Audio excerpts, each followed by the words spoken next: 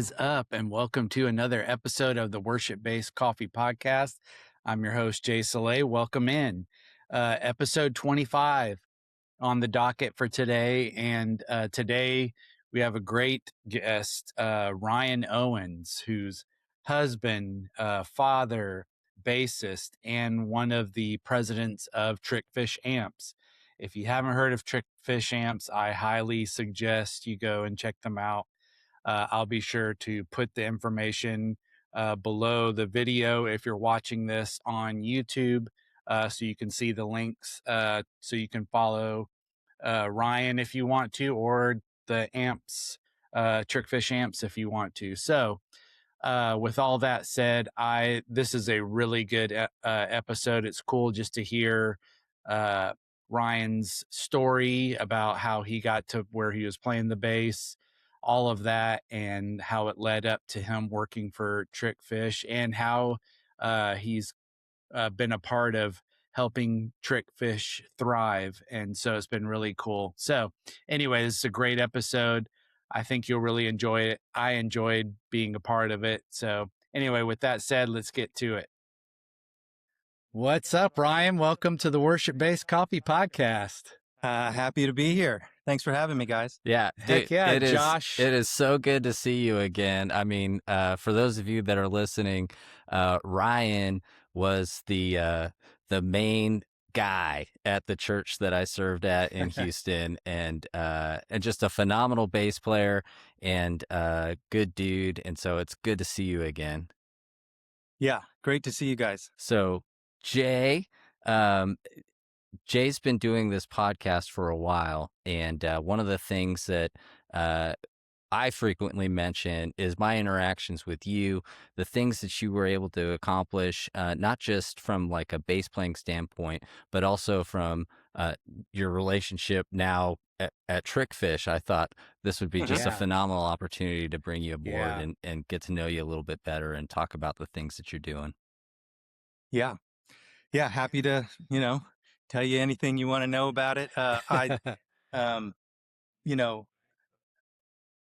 think I'm a decent musician, but I'm way more of a gear guy. You've come to the right place. Then I should be practicing way more than I'm on reverb. So I've been that way kind of the whole time, from starting in junior high when I started playing all the way through high school and college, and ultimately touring a lot with Robbie and those guys. It was just so much of that was fun, but the gear parts of it were just a blast, figuring out what we needed to do, what we wanted to do out on the road.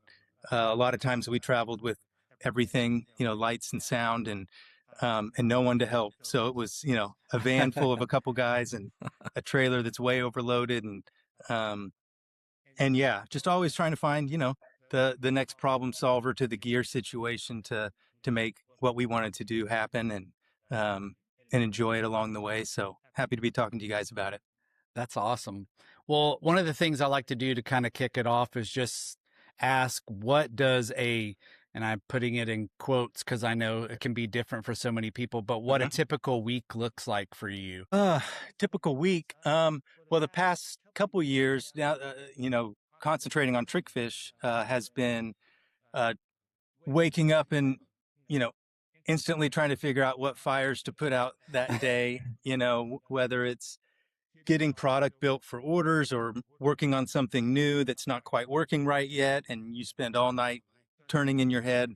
I'm not a educated electrical engineer, so I work with some really smart people, but I've learned enough along the way to be able to put these circuits together, and so a lot of times it's problem solving. A lot of times during the week it's here, UPS comes here at 3:30 every day, and that's when our shipment kind of leaves. So I'm like, up until then every day, working on getting orders together, things built. And as soon as UPS leaves, I'm like, okay, I can't do anything else today that's going to affect a customer's experience because the product's gone. So that's when I try to clean up a bit, work on some new stuff, try to get some bugs out of things that we're working on.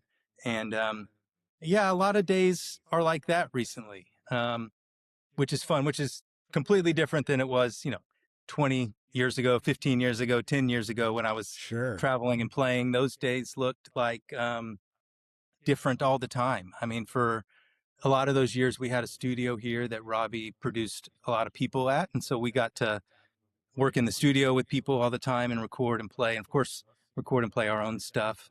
Um, it seems like a different lifetime. I don't hardly remember a lot of it back then. But I wish I could go back to it for a little while and experience it as an older person, because it just seemed normal then. And it was normal. There was nothing exceptional about it other than it was, interesting. And I just would like to be a fly on the wall back there for a few more days. But yeah, now it's Trickfish stuff. It's concentrating on products and customers and taking care of what they need and listening to them on ideas and things that we could do. But yeah, that's what most of a day looks like. I never know. I open my eyes. Right. At 5 o'clock, I get the text every day from my wife saying, "Hey, everything go okay today? Are you coming home or are you not?" Well, kind of carrying on that, how can you talk about how you juggle all of that and then also still keeping your family a priority too? Yeah. Well, I don't know that I'm good at it. That's the problem. Well, and it's been, I've got an amazing wife, and for a million different ways. But one of them is that I've always had something going on in the background that was untraditional and took a lot of time, whether it was being out of town playing or doing what I'm doing now, or for many years I owned another business here that was music rehearsal facilities. Which had me doing everything from fixing air conditioners to sweeping parking lots and stuff like that. So the good and the bad part about that type of a schedule is that there's plenty of days where it's like it's a Tuesday and I'm at home and it's day off from everything. Let's catch up on things. Being able to go out of town on trips with the family, kids sporting events out of town. It's like I can always make those. I can. That's awesome. I can catch up on my other stuff later. So it's good and bad. It'd be nice, I guess, sometimes if the lights shut off at 5 o'clock and I had to leave, but that doesn't happen, and the problems don't go away. So, I guess it depends on how big of a fire that you're really having to put out. Correct? Yeah, right? and man, I think everything's a big fire, and so it's. Looking back on it, usually it'll be, especially once we figure out how to put it out, it's like, oh man, that really wasn't that big of a deal. Sometimes it's not knowing how or when or if it's gonna get resolved. If it's a design issue or something like that, it's because I'm not an electrical engineer. I don't always understand how some of these things are going to get fixed, as I'm working with the guys who do know. So I'm always amazed when things finally work. They're always laughing at me like, well, what? You didn't expect this to work? I'm like, man, it's all magic to me. So. Right. Well, I appreciate your honesty on that, because let me just say, and Josh and I have had this conversation before, it is got, obviously, being a dad and a husband is a total work in progress all the time. And man, sometimes we knock it out of the park, and then sometimes we get, I tell you, strike out. If I had $1 for every time I got things wrong, I would not have a Noble. Like, I'd have that thing on pre-order. Like, I would 100% have that and then some. Yeah. So yeah. And I think about your, when you said, hey, I wish I could just be on a fly on the wall like 15 years ago, experience that as an older guy. When I think about, like, all right, I serve on Sundays and that takes a lot. But then I remember you were serving at church, you were touring,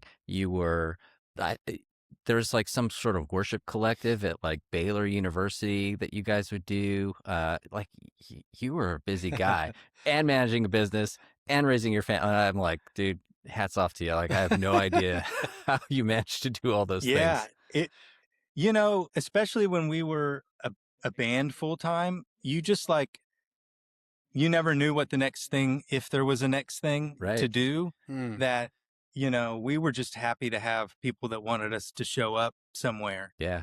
And, I was like, I thought this at the time, and I'm glad that I did, but I was just I felt so fortunate to get to play music with Robbie. And every time we would write and he would write and we would write music, he would write lyric,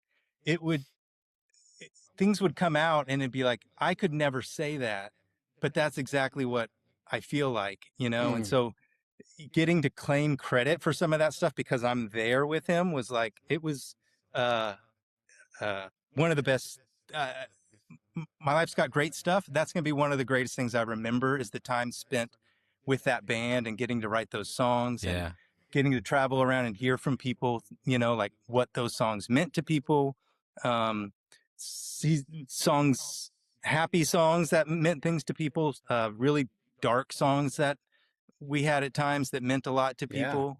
That it felt really powerful. So it was, I had a part in that band that I was good at, and it was not that part, so getting to like hear those things come out from him and the ideas, share a band with really great players.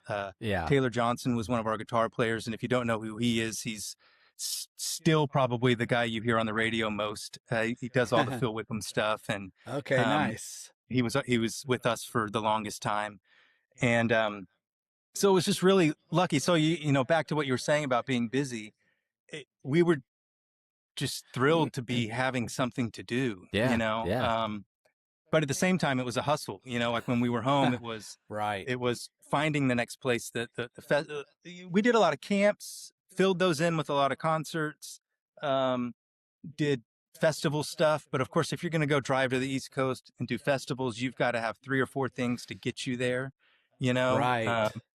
So it was, we had a certain group of churches who were always happy to have us once a year or so, or camps that would get us out there. So yeah, it was awesome. Yeah. It was really fun. Well, I can't say enough about, you said the guys that you're with. I didn't know the gentleman that you mentioned, but I did know Ryan on guitar, who's playing now, and he's like a really solid guy. Dave on drums, solid guy, and can't say enough about Robbie. I mean, just my small experience serving on Sundays where he was leading, I mean, that really, if I think about a time where my playing went from like sub mediocre to almost mediocre, like he really pushed me to make that leap because of his pursuit of excellence, but from a complete. He would tell you, but it wasn't like like a prima donna way. It was like, this guy is like the most humble man. He's got like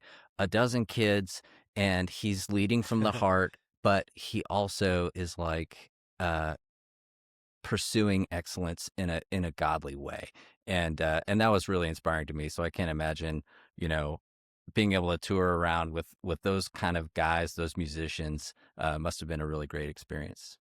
Yeah, it was amazing. I have a ton of respect for him, and it was great. I mean, that started in 2001, and we did. Let's see, I graduated college in 2000, played with another band for about a year that he actually recommended me for. And then I got back in touch with him. He was looking for someone, and that's the very early startings of us putting the band together. And that's back when we were doing a bunch of camps, a bunch of like student life camps and things like that. We did a couple records on our own, just Pro Tools and a few interfaces. I remember we would I had a music rehearsal studio called Rhythm Room Rehearsal Studio, and so we had a bunch of buildings with rooms in them that bands rent out by the month. They use them for their rehearsal, and so we were using 1 or 2 of them to record that first record, which is called 10,000 Charms. And literally like 2 Avalon interfaces, mic pre's, and mics that were live mics from church, nothing special. And, back then you like had to render songs at the end, and it would take like hours for the files to load up. I wasn't running the computer back then, but it's amazing that that record actually exists on such a budget. But yeah, we did a few of those and then got picked up with the label and did, I guess maybe 4 or 5 with Sparrow, which later was EMI. And that was awesome. I mean, getting to work with producers who were like, because we always did things on our own and didn't know what we were doing. And then getting to have these professional guys come in. Ted T was one of those guys. He did all the mute math stuff. Right. Jay Joyce was another guy we got to work with who did some Emmylou Harris and Wallflower stuff, some stuff that we really loved at the time. So that was just really cool experiences, just getting to work with those guys who both work completely different. And, you talk about Robbie kind of telling you what he wants and stretching you, and having those guys with ideas, and it was awesome. It was fun, and learned a whole lot through the whole process. So very lucky to get to do that. Yeah, awesome. That's cool. Well, I would love to hear like how you how you got started into music, and like what drew you to the bass specifically. Yeah, man, I was in 7th grade, had a friend down the street get a guitar, and I knew I'd never be able to do that. I remember he could like instantly play like the Johnny B. Good solo or something. And I was like, oh, this is amazing. But I want to hang out with you, and ended up getting a bass in 7th grade, and Flea for the Red Hot Chili Peppers was just the reason at the time. I had a really great junior high band director. I was playing trumpet, and told him, hey, I'm wanting to learn bass. He was a bass player. I was like, hey, can we start a little jazz band, like little after school group? And he would get charts, and he would write fractions over each note, which were kind of a form of tablature, like 1st string, 4th fret, Oh, nice. and kind of walked me through how to do all that totally on his own time. I mean, he wasn't being paid to teach me how to play bass. And so we had a jazz band, so our friends did that. Got into high school, started bands with some of the older kids, was in marching band all through high school. So a great group of people to do that with. And I met my wife when I was 16, she was 15. And so I was in bands ever since we've ever known each other. So it kind of helps in it being kind of the normal thing. But yeah, so my high school years were like the years that all the 90s stuff came out. It was like all in a week, like Blood Sugar Sex Magic from the Chili Peppers come out. Right. Pearl Jam comes out. Metallica Black Album comes out. 311 is coming out. All of those things, Rage Against the Machine, which, I loved those bass lines back then. Oh, heck yeah. I remember I had a teacher he was my brother's friend who played bass, and it was when Nirvana came out, and he came over and was, as we were listening to it for the first time, he was showing me the lines.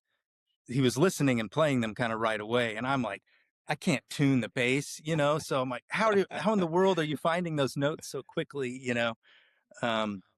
so that was the early time of it. And I was always just looking for an opportunity to be able to do that. When I went to college, I went to SMU, which is in Dallas, to the business school, but was in the jazz program the whole time as well, playing upright in the big band. Nice. And it was just a nice way to kind of force myself to do something different with the bass. Had a band all through college as well that did all the parties at the different colleges throughout the state. We were kind of like a Dave Matthews type band with sax and acoustic bass and drums. Amazing. I was a big Dave Matthews fan. So that was amazing. That was good kind of experience on production, and we would bring our own sound stuff and hook things up that shouldn't be hooked up together, and just make a bunch. But so that was great, and then when I came out of college, it was scary to my parents to think, hey, I think I want to play music. I was always saying I was going to be a professional skateboarder, when I was in junior high and stuff. And so they were already scared about what I thought I wanted to do. But so it was always in the back of my mind that a normal job has to be in play here somewhere. And I had explained the concept of the rehearsal studio to my dad one day. I was home the summer after I graduated. I was supposed to be going back to law school the next year. I had graduated college. This other band I had hooked up with for the summer, I was just going to go play with them for the summer.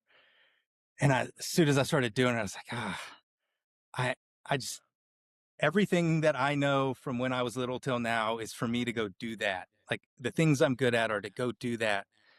And had mentioned to my dad this rehearsal studio idea, because in Dallas where we were and when I was in Houston here, these places existed. They were not places you wanted to be. They were dirty. They were not safe, Right. but they were Yeah. always booked. You know, Yeah. you could never get a room. You had to, get on a waiting list. And I was just like, man, if someone just built one that was just clean and safe, I know it would stay booked up, and Right. anyway, ultimately my dad ended up working me through a business plan and helped me get started with the first location.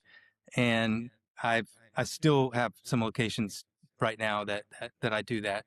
I sold most of them back at 2020. So I did that for about 20 years, but it allowed me to have the flexibility to travel and play with Robbie and have something happening in the Yeah. background that I could manage. And,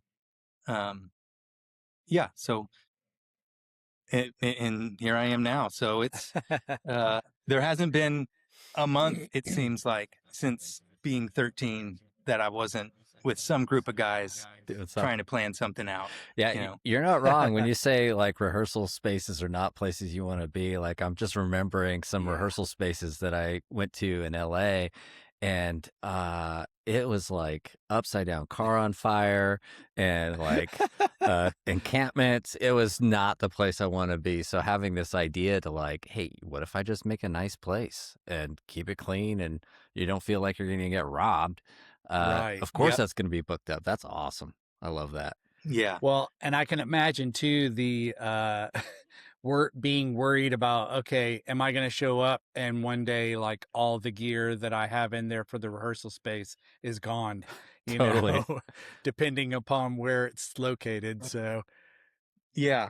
Yeah. We were lucky to, I literally, I had a guy that was trying to help me find buildings for a long time, and they all kind of looked like what I didn't want it to be. It's like, hey, here's an old Right. building and we can board it up. And one day, literally, I just got in the car and drove to where I wanted it to be. I wanted it to be between, you might remember, Josh, between 290 and 59 on the tollway. Yeah. And I just drove there, and there was 2.25 acres right off the highway, small road next to it. And I was like, well, this is way bigger than I need, but let me get this. I'll build on the back and then I'll sell the front. I was just going to do one, maybe two buildings, and ended up doing that first building, immediately built out the second, then eventually a third, then a fourth. So took the whole 2.25 acres. Nice. And yeah, that place had 140 rooms. So a bunch of bands, and bands were there for years. So if they rented the room, Nice. they were there, and they were there a lot. But they loved the place. And so I had 150 bands there to protect it, Yeah. Yeah. They were proud of it. And, At all hours. I'm some sure. interesting stories. And sometimes you're out of town and you're getting pictures of what what happened in the bathroom last week. And you're like, oh, I'll take care of it. That's funny. Well, one of the questions I always like to ask is, do you remember like your first experience getting to serve at church? Yeah. Those experiences all through, high school and college weren't that at all. They were regular bands, Yeah. and I met Robbie at college. My wife went to Baylor, which is where Robbie went. So I was introduced to him then. I had known Crowder because his band he had a different band called Proudest Monkey, which was a Dave Matthews cover Right. band. And they would open for us whenever we played at Baylor Amazing. in Waco. So I knew Dave from that. And so I was aware of all that. And when I met Robbie and had seen him play, I'd something in me, in the same way I felt like I had something to offer music, a band and traveling music. I felt like also everything I had learned or kind of prepared or was put inside that I felt like needed to go that direction. Like I was just like, that's the outlet for what's inside that. And I really was meeting Robbie because it was that I can see. And again, what he's saying and what he's putting out there, I don't have the words to say that or the personality to always find the right words, but if I could stand behind him while he says that and get to take it in and be, a part of it, Yeah. I just pestered him until he needed me. So that whole year I was out traveling with a band called Mariah, and it was a very intense learning experience. 14 people in a 15-passenger van, staying at lost homes for weeks at a time. But I still loved it, you know? And so all that to say, I guess my first like Christian concert experience of playing was actually strange. So it was for the 1999 New Year's Eve to 2000, when the whole world was going to shut down because all Y2K. Right. My bass teacher growing up was a guy named Eric Nitzberg, and he was a bass player in a band called Caedmon's Call. Yeah. And for some reason, I was on some list of bass players, or he was the original bass player, and they were doing a New Year's Eve concert at the Astro Arena downtown, and for some reason couldn't find someone to play, and he suggested me, and so I was able to go do that, and that was great. You know, Derek Webb in that band, and Josh Moore, who's still a great guy. And it was a huge show too, so it's like I was scared out of my mind. I'm like, what is this? Yeah. But it went great, and it was fun, and it was awesome, and that kind of, I don't know, maybe gave me a little cred, you know, coming back into Robbie of like, oh yeah, I'm totally a pro, you know, you should totally like let me be in your band.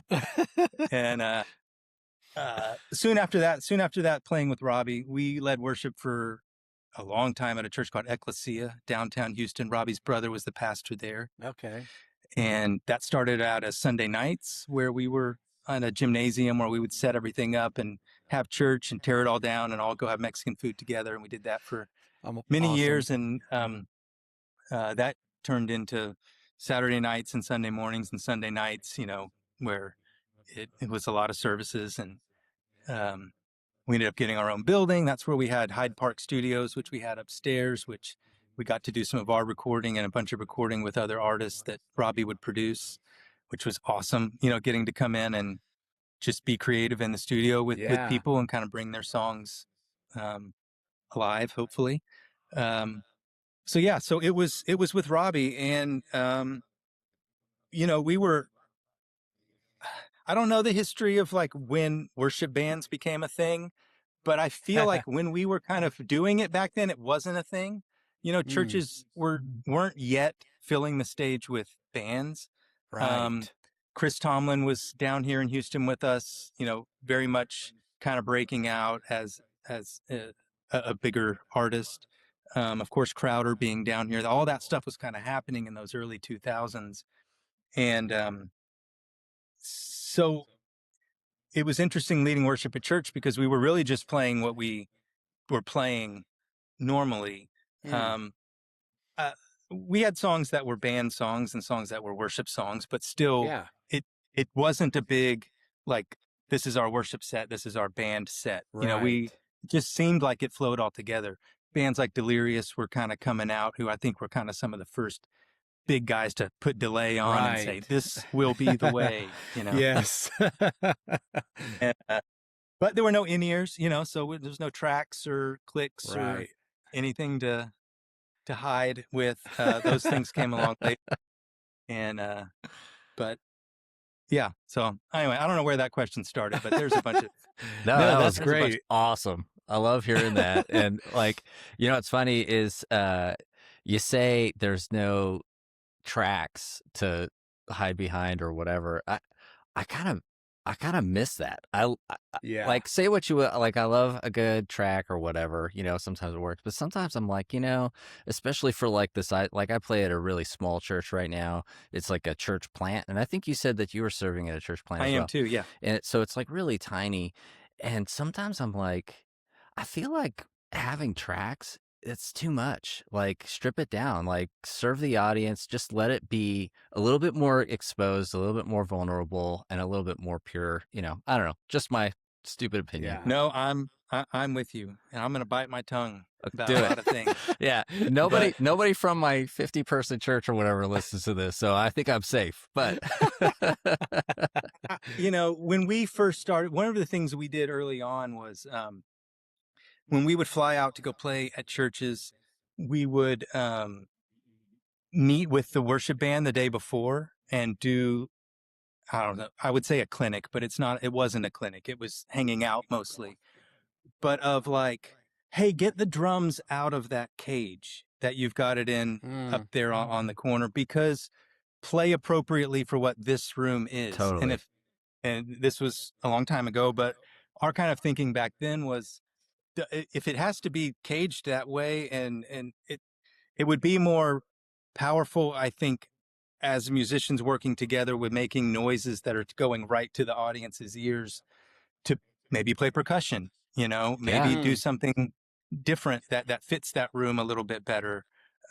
Maybe, now there's some great kits with the parish kit and stuff where you kind of could play more traditional at a lower volume. But we would come in, we would play, our drums would be right on the stage, and there would be elder meetings going on in the back, wondering if this was going to be okay, and then, hopefully at the end of it, and what usually happened was, hey, it's never felt like that in here. This was really a great experience for our congregation. We want to work to be more connected in that sort of a way. And it's funny, we would, back then, digital boards were kind of just coming around, and people had these, if they had them, they had like these huge digi boards, Digi-01 or something. They were real expensive. And we had this little Yamaha, I think it was called an LS9. It would fit in a little Pelican case, but we could have everything saved and go in, just take 2 channels out into their massive board. And we had a sound engineer who would be with us, who was really great. And they'd bring those 2 faders up, and then our kind of preset thing would pop up as we're doing sound check, and they would just be like, okay, our room doesn't usually sound like this. It's been so gated and compressed, and to try to facilitate things that maybe weren't being played appropriately for the space. So anyway, all that stuff changes so much every year that what we were doing back then doesn't is not relevant to right now anymore, because you can do so many things. But at our church plant, we've got a girl that plays cajon. I play bass. A girl named Amy Norris plays cello, who's, Amy. I know Amy. She's incredible. Incredible. She's cello. in the background of every, like if you see a worship initiative videos of Shane and Shane and there's killer cello, it's her, So she's world class. Got a great Kenny from church is playing electric with us over there. And, leaders, our pastor leads sometimes, Johnny, plays acoustic and sings, or we have a husband and wife. And we make it work.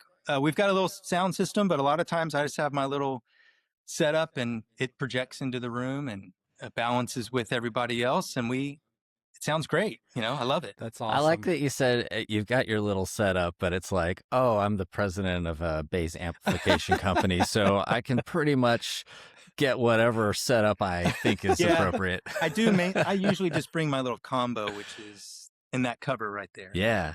That's awesome. It is little. I do have other ones to choose from, but yeah. That's amazing.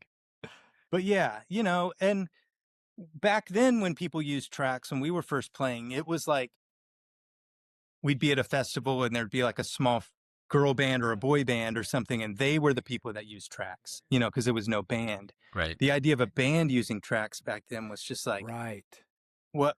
Why? We always said we would never put anything on tracks that could be played on stage. And then we gave in and put like tambourine on it or something.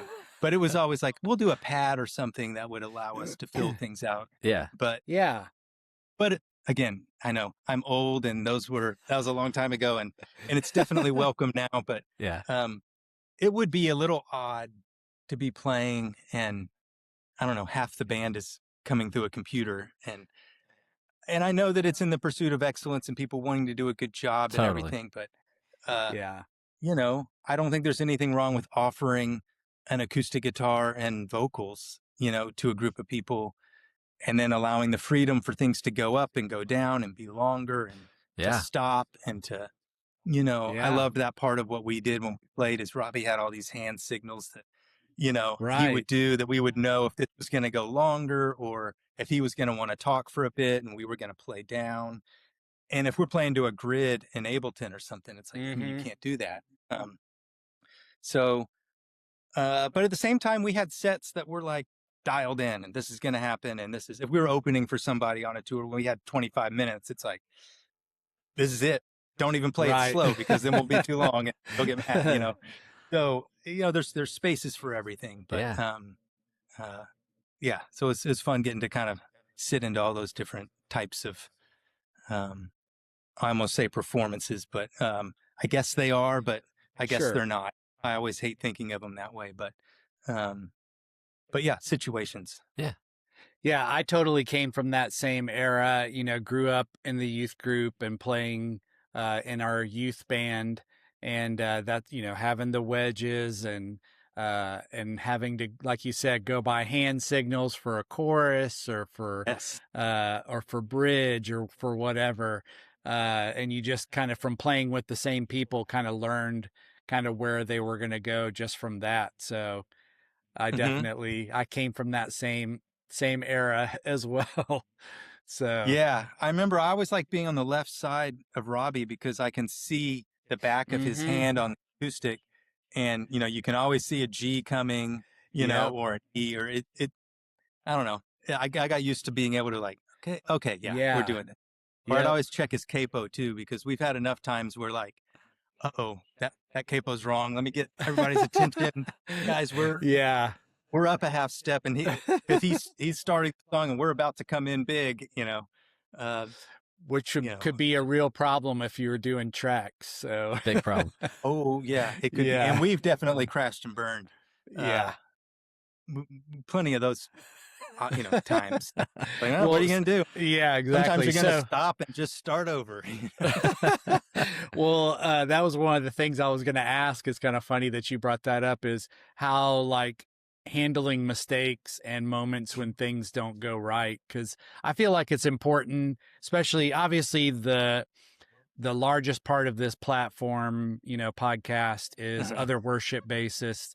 And I think it's great when we share our moments where things don't go right and we make mistakes. So everybody's realizing, hey, we're all human, you know. Yeah. And so if you just want to share yeah, that. man, I have like literally recurring nightmares of being at a venue about to play with somebody and I don't know the music, and like knowing that I don't know what's about to happen on the stage, and like, why am I in this situation? What happened? Was I not given the music? Do they think I know the music? Do they? And then, you know, you wake up and you're all sweaty. Yeah.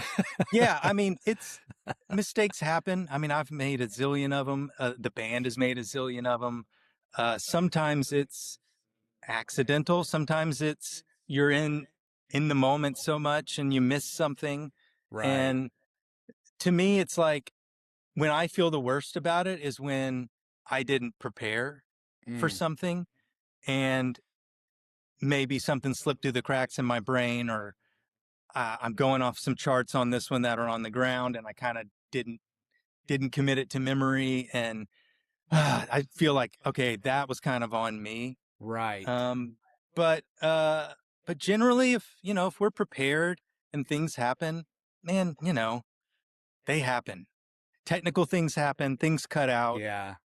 People start the wrong song. People forget the chorus and go to the bridge. People, you know, and you learn to cover it up. First of all, no one notices unless you make a face, you know? Right. Most of the time it's gone like that. And so this quicker it can be gone from your memory, the better. Yes. And I know it's hard because you almost have to learn that. Hey, it's gone. So really it's just a place of like, how prepared was I? If I was prepared and something happened, man, it'll happen again, you know, but I'm going to do my best.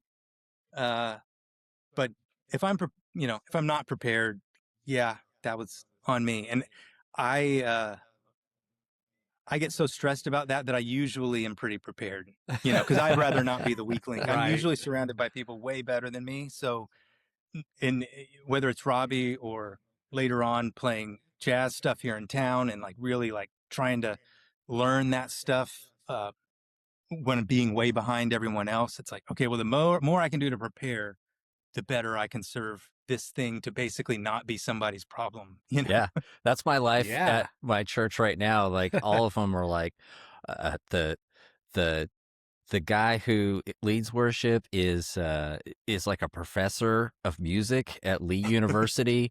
The drummer and the guitar player, that's what they do full time is music. So I'm 100% the weak link. So I really have to dial it in. And I agree with you. Like the times where I feel the worst about a mistake are times where I knew I didn't prepare enough. Like you said, that one's on me. But also to your point, it's kind of like when you're talking about like how you recover from that, it's like it was like when I was teaching my youngest son baseball, and it's like, hey, mistakes are going to happen, but you got to let it go, because then if you don't, mistakes are going to start piling on top of each other, you know? And so it's like, I think that is absolutely critical. What you said is like, hey, if you make something, don't make a face, because nobody would probably notice, but you got to let it go. Otherwise, you're going to continue making mistakes, which is incredible. But man, you know, when you asked the question, the memory that popped in first, and I don't know why it's something I remember, but I don't remember where we were or what we were doing, but we're playing a concert somewhere, and we're playing something that didn't start with bass, right? And it was a concert deal, you know, and we're going, and boom, come in, totally wrong note. And I remember I turned around and looked at my amp like it was my amp's fault, you know? and I guess I remember it because the drummer never let me forget it. You know, it's like, hey, so whenever there was a mistake, it was like, hey, is your amp broken again? It's like, but it was so terrifying of a noise that I made that literally I didn't know where it came from, you know, and it was generated by me. What is happening? Let me move my hand. Okay, there we go. So yeah, it's happened, and it's terrifying when it happens. It scares you when it happens. What the biggest thing that drops in my heart when that happens is, where am I? Like, because the autopilot turns off on certain songs. You're like, what? Okay, something happened. Is it me, first of all? And now where am I? Did I do something? And sometimes my hand will just get back to where it's supposed to be, but it's just, it can turn from one mistake to like 10 seconds of, I don't know, guys. If I think my default position is it's always me. So like, even this past Sunday, we're playing this song. I know the chord progression. I rolled in and it starts on the 4 and I'm playing it. I'm like, this sounds like garbage. It's, how am I not getting this right? And it wasn't me, actually. It was somebody else who was like, oh, I'm sorry, I was playing the wrong key. And I'm like, why do I think it's me?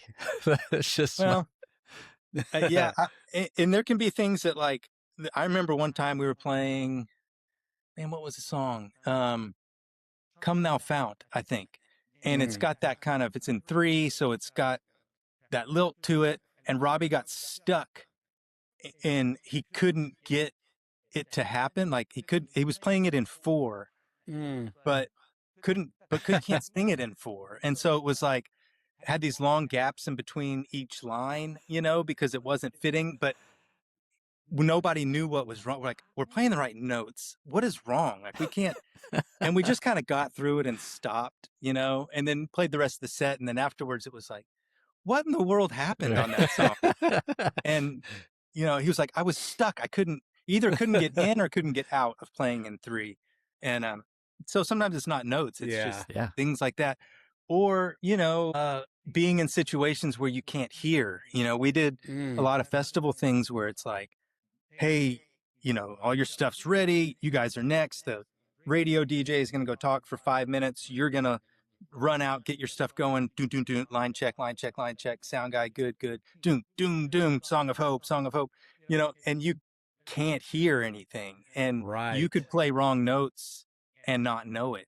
And the stage is so rumbly that sometimes you would have to get through a set just like playing and trusting that it sounds good out front, you know, and that what's happening up here, you know, in that situation, or like if your ears aren't good at church, or if something cuts out, battery dies, just trusting that like it's working out front. I just need to do what I need to do to not be a problem to everyone else, do the best I can with what I've got, and, you know, hopefully, you know, laugh about it later. Smile, you know, act like you're having a good time, even if you can't hear anything, or you're tired, or you're, you know, whatever. But I toured a little bit in a Beatles tribute group. Did it for about 10 years, and a lot of fun. But you would just have those shows where occasionally you would just, I always called it my senior moments where I would just blank out. And so the guy that was our front man, I was always kind of like next to him. And he was a huge like Chuck Berry fan. I actually played on the side in a little 50s group with him some. And he was a huge fan of Back to the Future. And if you remember in the movie when Marty is kind of looking at his hand and he's kind of disappearing or whatever, the guy who's up front singing looks over and goes, "Are you okay, boy?" Like that. And he's like kind of looking and he's blah, blah, blah. Well, every time I would make a mistake, he'd kind of lean back away from the microphone and look over at me and go, "Are you okay, boy?" And we just have to laugh about it. It's just kind of those things that would just happen sometimes. So did you play and sing the Beatles stuff? Man, Mm-hmm. that is the best education in music there is. Oh, yeah. Is playing those songs. I big fan of McCartney's playing it in the Beatles. And what I always love about their stuff that I always tried to implement was you can take any of their songs, difficult or simple, and listen to the bass part by itself and you know what song it is. Yeah. And so I would always try to have just something, didn't have to be a big deal, but it was like, oh, that is that song. If you heard it by itself, you'd be like, oh, that's that song. I love that about his playing. And oh, yeah. Yeah. And really, like, I think when you do that, when you kind of you're learning those like, vocally, it kind of helps also with your playing too, like singing along and you're playing certain notes. Then I think it does something even more like connecting your brain to your hands. So then when you're like in a situation where you're maybe playing along with something that you don't know, you can kind of find those notes quicker because of that. I know Scott's Bass Lessons has some lessons where they teach some of that stuff, like singing along and playing the notes kind of thing. So yeah, I can see that being super valuable. I'm not a singer and never been asked to sing.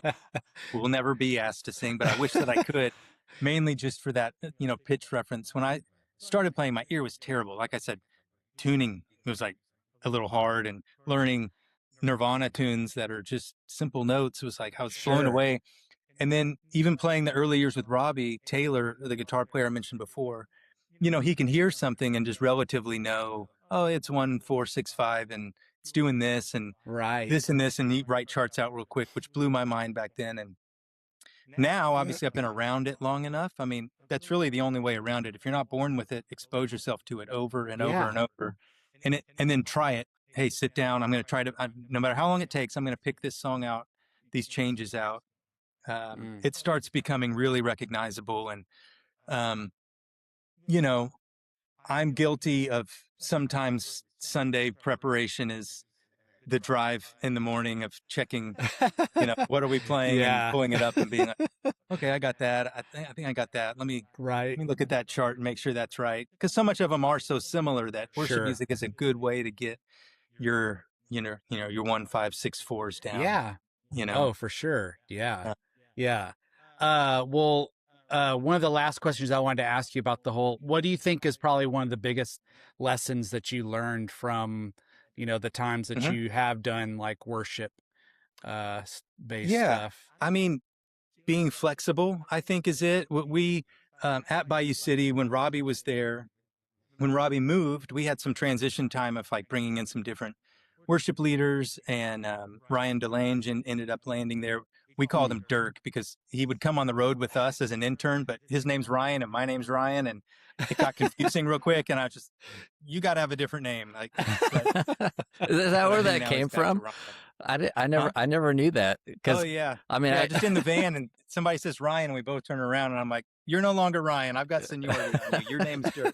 I think that's his Instagram now. Is like Dirk Songs or something like that. Yeah, he still goes by it, but anyway, we would have people come in, and it's like, we've had leaders come in who don't play. And so if they don't lead with an instrument, and we would always like prepare Sunday morning. We never had like weekday practices. So it was like, hey, we've got 45 minutes to make whatever we're about to do work, and this intro that's supposed to be there, maybe someone's having trouble coming in vocally off that. Let's not do that. Let's do the chorus instrumentally. Amy's going to lead them in with the vocal line on the cello, and boom, we're going to get in and everybody's comfortable. Right. And being able to like lead people through some different, just simplifying things sometimes, and being flexible with that. With us, we'll have song references that for Sunday morning that are, huge bands playing in arenas, with sounds awesome. Right. But I know we're a cajon, a bass, Sure. cello. So it's really like, okay, what's the melody? What are the changes?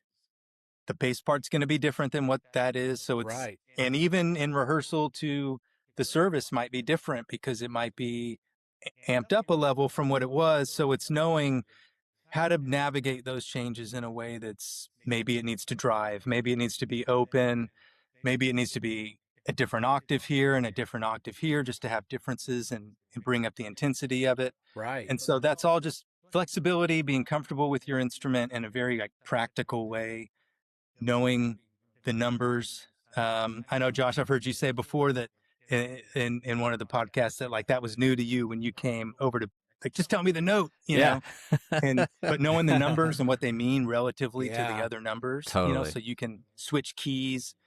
And I remember when I had a teacher that finally taught me the modes, of what each of those numbers were, what scale they represented. And only 3 or 4 of them are kind of relevant in the music that we play, so there's not a ton to wrap your brain around. But if you know those and you can see them on the fingerboard, and like now all the notes are connected and there's different ways to get from G to E. There's different ways to go from 1 to 6.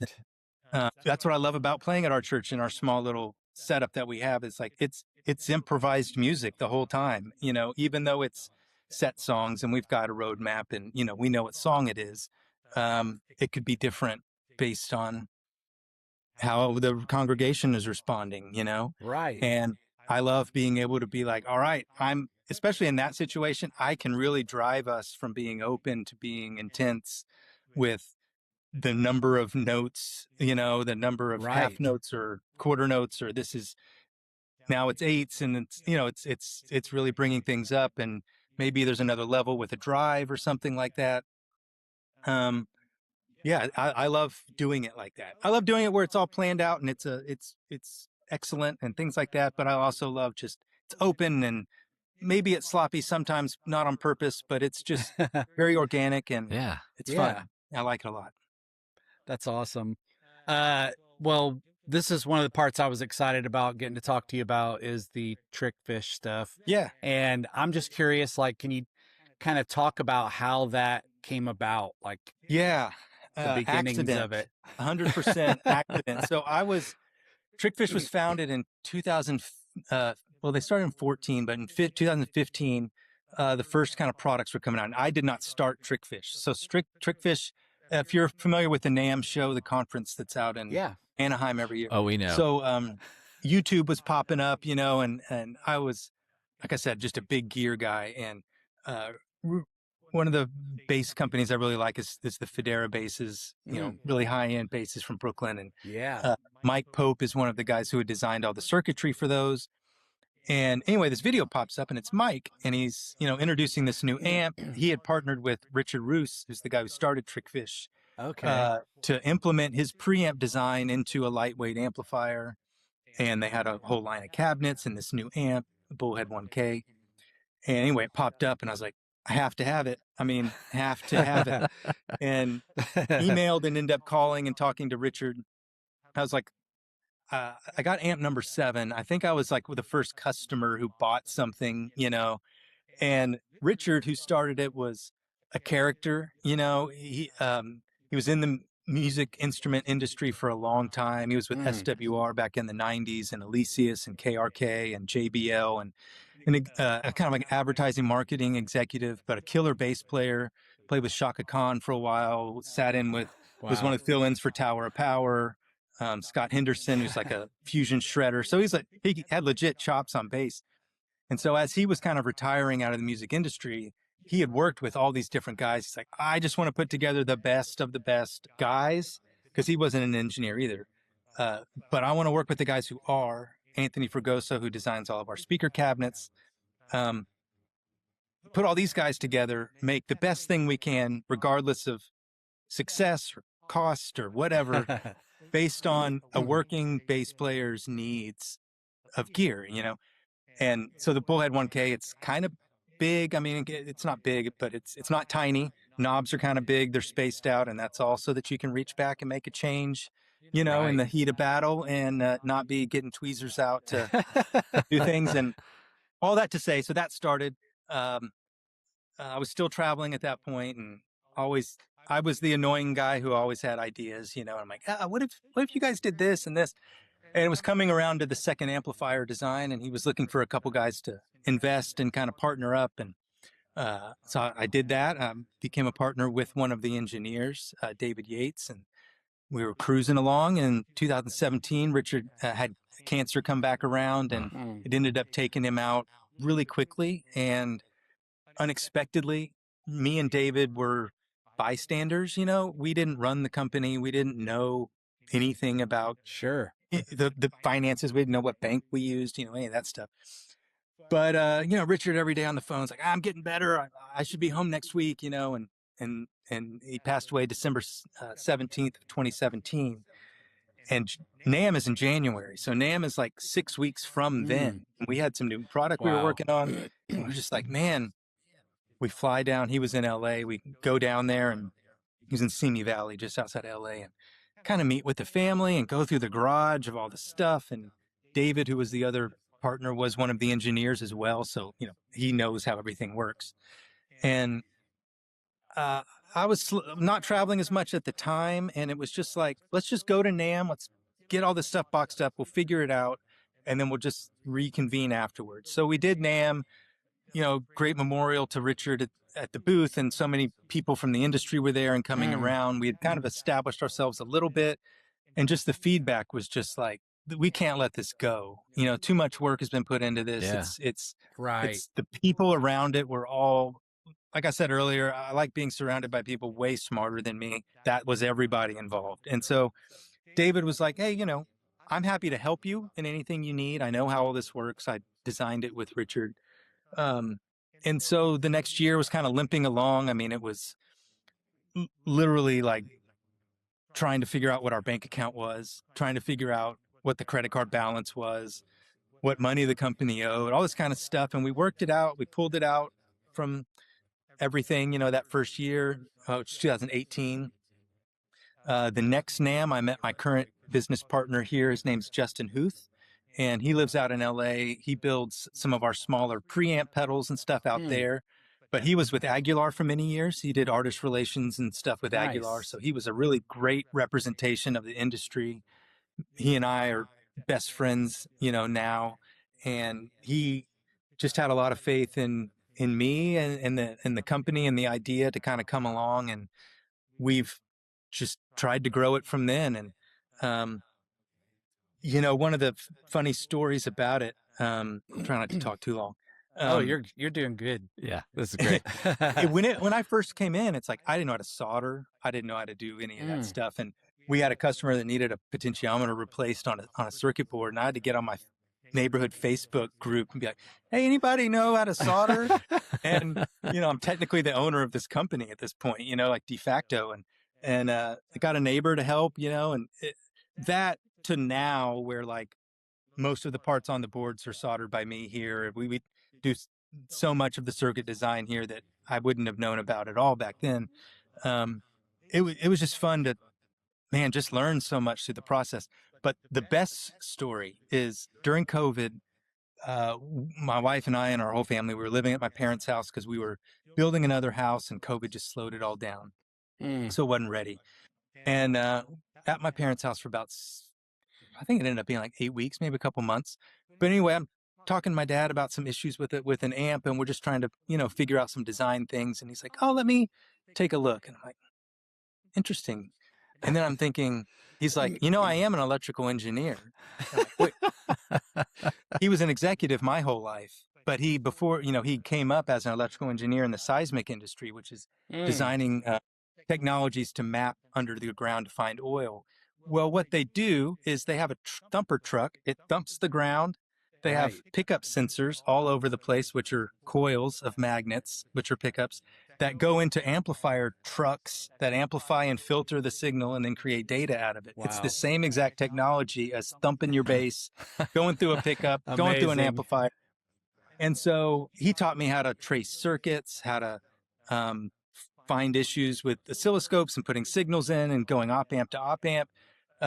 Ever since then, he's been the person who designs everything with me. So, hey, I want to do this amp. I want to do a 500 watt version of our current amp. All right, let's get the module that we're going to use. Let's get the user diagram and let's figure out how to take our parts, and implement them together. And then it's like, hey, this is great. I feel like I want the gain to go up quicker. This kind of needs to be the sweet spot. Oh, okay, well, we can bias the gain pot, and this way we can pick this, this type of taper. And so I get to just call him up every day and say, he's here right now, actually. We're adjusting the clip light on one of our new amps, and it's like, still call him up. Hey, I'm wanting to do some resistor play. You can come up here and help me out. And like we're working on an ABC switcher pedal that I wanted to make, and it has all this logic in it, that ones and zeros that kind of change the states of it. So I just get to explain, here's what I want it to do, and I'll draw it out. And then he makes it happen, It's amazing. And then we send it off and have our guy convert it to schematics and board files, and we make one and fix everything that doesn't work by hand, make it again, get it dialed in the way we want it. And so it's just this unexpected kind of blast to be able to do that with him. Yeah. And he loves it. Every day it's a text of, hey, what do you need today? Do you need me? That's awesome. So yeah, it's, and so now it's me here in Texas and my partner who's out in LA, and trying to get him out here. It would be amazing if we were in the same building together. We've gone from starting at my house to I was in some cabins out at the property for Bayou City Fellowship where we were at. Yeah, the Alamo maybe. And then a small warehouse, and then we just recently moved into a new place here. We're still in Cypress, but a much bigger facility where I can finally have everything in one spot. Nice. All the different products have their own space. And it's great. We're working on some new pickups that we just came out with, and always doing some preamp stuff for inside the instrument and outside the instrument. Right. Amps and cabinets. And it's, the experience of playing so many different places and different scenarios and different, it's very helpful to be like, we don't have a lot of like super exciting things. Like most of the things we make are very like practical problem solving. Right. It's kind of the story of the way I try to fit in at most places. Like, how can we fix something so that someone can turn an amp on and play and not have to worry about it anymore? And I'm not smart enough for all the digital stuff, and I just never really could get comfortable on stage with something that had menu screens, because I was always fidgeting with stuff. Totally. And man, if my drive had to be like adjusted with, I couldn't. Right. I was always so stressed that I got to be able to make that change quick and dial it in, because especially with pedals and on bass, rule number one is do no harm. So if you turn that pedal on and everybody's like, why did the bass dropped out, or it's way inappropriate, or way too loud, or the low end's not there, then it's like, please don't bring that back next week. So that's right. Most of what we have is to avoid that. That's what you're describing about like menus. I've talked about it before on this podcast. Like I had the anagram, like the dark glass anagram over the summer last year. And I love the idea of it, of being able to like bring in different NAND profiles and have like literally any effect I ever wanted. But then I just found myself in like analysis paralysis, because like you can literally tweak any parameter of anything all the time. And it's like, well, now I'm spending all my time setting it up and no time actually playing, which is the exact opposite. I just want like a set it and forget it kind of thing. Man, some people have it dialed in. Right. I mean, you look at what Ian True. Allison does with his stuff, and 100%. he does Yes. demos in our booth at NAMM and stuff, like because we usually have Mike Lowell share a booth with us with bassists, and Nice. dude, his stuff's dialed and it sounds amazing, and he turns that thing on, and it can be done. I just can't do it. My brain doesn't work that way. Yeah. And analysis paralysis is a big deal too. Like when designing things here, we'll talk about things, and then it's like, but what if it did this? What if it did this? What if it also did this? And it's hard to step back and say, yes, Right. but can it do what it's supposed to do well? And maybe it just needs to do that. Yeah. This does this. Yeah. We have a signal filter pedal that's like, it's the most unexciting pedal there is, and it's the most usable thing I have. So it's just a high pass, low pass filter, Right. really steep curves. So it's not like a bass and a treble, but it can take all that low end out of the rumble of a stage or of a rig and leave everything that's usable. And that can save what a room sounds like sometimes. And it's not fancy or anything, but man, it's super usable. And I like to turn it on and dial it in where I can barely hear that it's done something. And then I know that, okay, now I've taken out all the information that my speakers don't need. My amp doesn't need to reproduce. If I turn it off and that lows come back in, okay, there's the rumble that we don't want, so it kind of tightens things up. But yeah, most of our products are kind of like that, just usable, problem solvers. We've got an EQ pedal, which is just a good, people who don't want to put preamps in passive basses, it's a good way of having some of that control. I use my EQ pedal as a way to push my overdrive pedal a little harder. So it's before my overdrive and it pushes it a little harder. We have an overdrive, we call it an overdrive preamp, but it's an overdrive pedal, splits your signal into two. So you've got that dry that you can always blend back in. A clipping circuit that is driven by a gain and then is made up with a 3-band EQ afterwards. So you can kind of dial in how chainsaw you want versus warm and fuzzy you want. And then a master at the end, so that once you get all that blend and balance right, you can balance it out. And so that's nice to have. Got a compressor that's super usable. And again, that one started out with 6 knobs and 3 switches. And it was like, it was great, hard knee, soft knee. You could do all these things, but really for bass, there were certain things that kind of like really fit the bill. And so we dialed it down to those things. And then we kind of were able to preset some of the other things that really fit bass, so that a bassist wasn't set with a compressor that could do things they didn't want it to do. Try to make it as easy as for them to understand and use as possible. Yeah, there you go. Yeah, Hey, sorry. all right. I'm usually on top of it, but I was like really dialed into what you were saying. But like even on that compressor, like the knobs are kind of backwards on some things. Like the threshold, when you turn it to the right, the threshold goes down, which normally a threshold starts low and then, it gets higher. But to me, I wanted to turn the knob to the right and feel the amount of compression go up. So you're lowering the threshold, you're getting more compression. Same thing with the ratio as it turns right.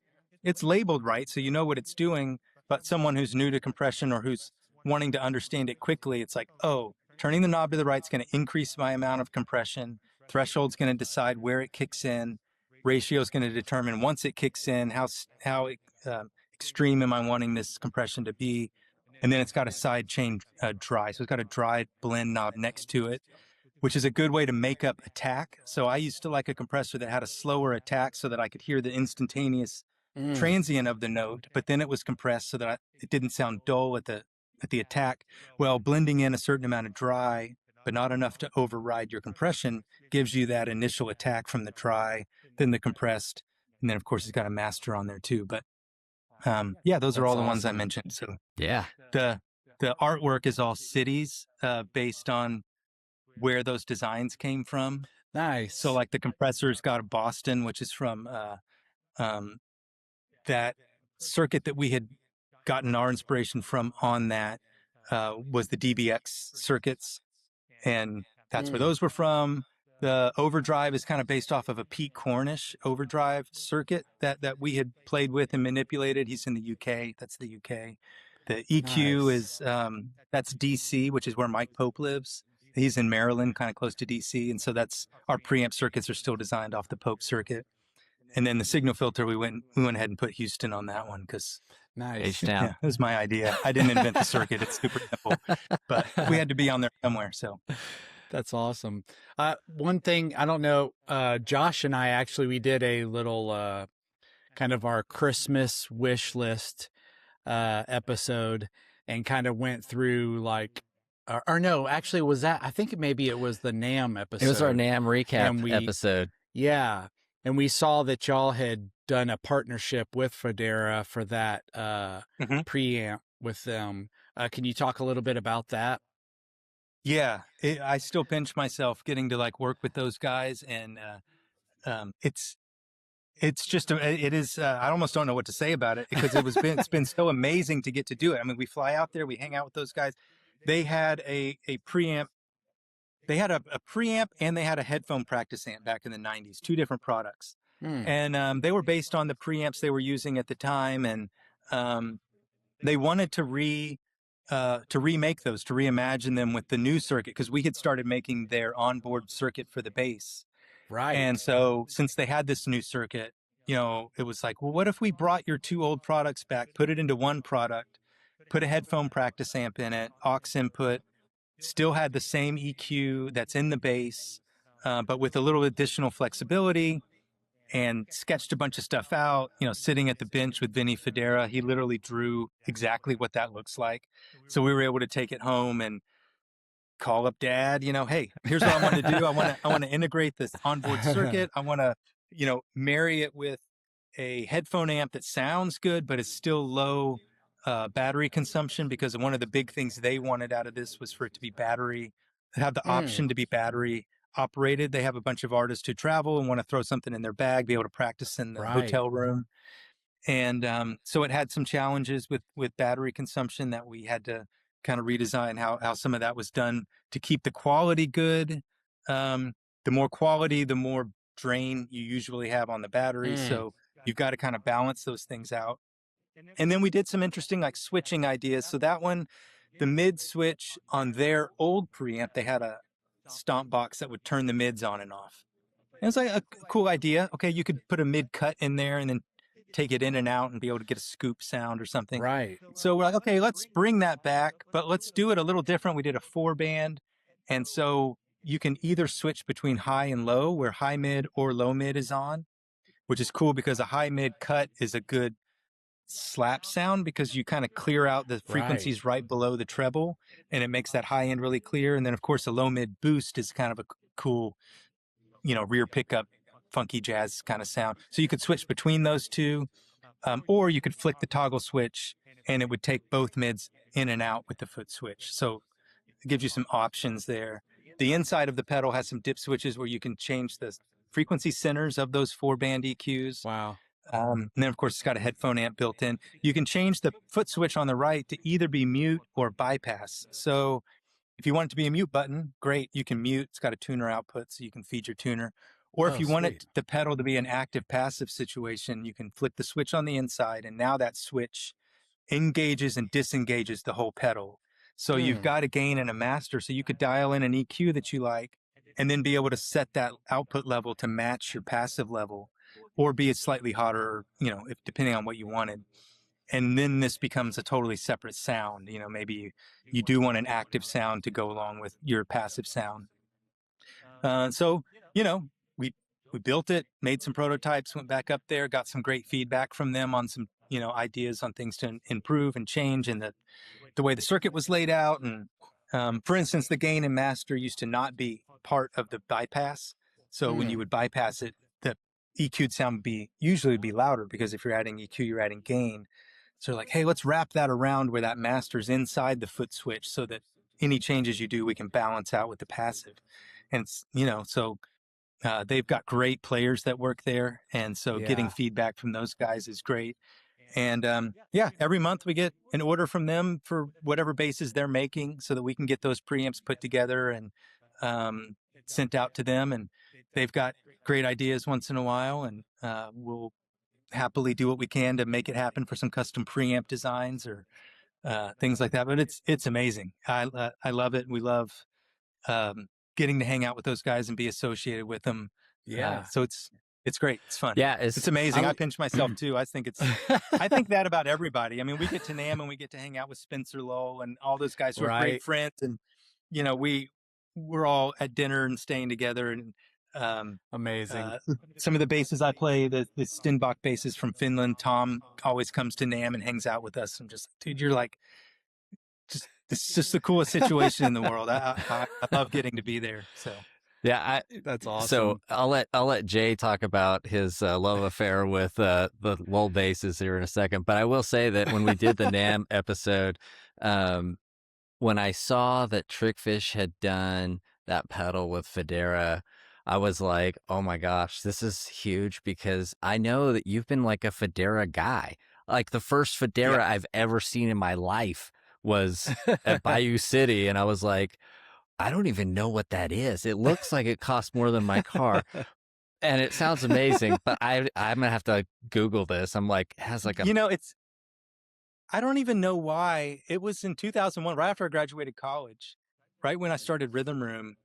I for some reason, I guess it was probably a Victor Wooten thing. And then it was after that, it was a Matt Garrison thing. I was really into the music that Matt Garrison was playing. I don't remember if that was out at the time. Probably was, because my first Federa looked just like his. But when hearing like the music of Matt Garrison and those guys, I'm like, I don't understand this at all. Back when I was listening to it, and probably still now, but I loved that it existed, you know, and trying to figure it out and learn, and just seeing the pyrotechnics that these guys are doing was just amazing. We get, you know, we've got to hang with Victor many times through our relationship with Federa. Last time we were there in Brooklyn, he was there the whole day, and just people can be gifted on different levels, and he's on different level. But I always say my bass doesn't have those notes when those guys play, because it doesn't.